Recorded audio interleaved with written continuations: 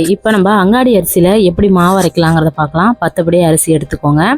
அதை நல்லா ஒரு 6 to 8 hours நல்லா ஊற வச்சுக்கோங்க. அதுக்கப்புறம் உளுந்து அதில் வந்து 2 படி எடுத்துக்கோங்க. அதை நல்லா அதே 6 to 8 hours ஊற வச்சுக்கோங்க. 50 கிராம் வெந்தயம் எடுத்துக்கோங்க. கிரைண்டரை ஃபிட் பண்ணிக்கோங்க. கல்லை போட்டுக்கோங்க.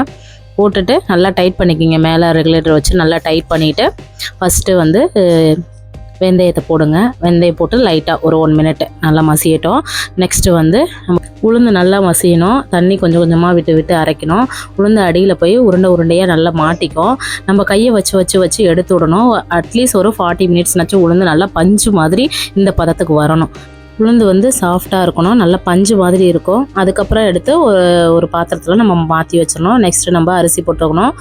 அரிசி நல்லா வந்து கொஞ்சம் நெருன்னு இல்லாமல் நல்லா சாஃப்டாகவும் இல்லாமல் கொஞ்சம் குறைன்னு அரைச்சிக்கணும்.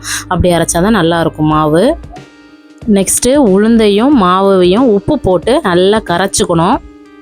நெக்ஸ்ட்டு ஓவர் நைட்டு மாவை நைட்டு வச்சுருங்க. இந்த மாதிரி காலையில் நல்லா பொங்கி வந்திருக்கும் மாவு.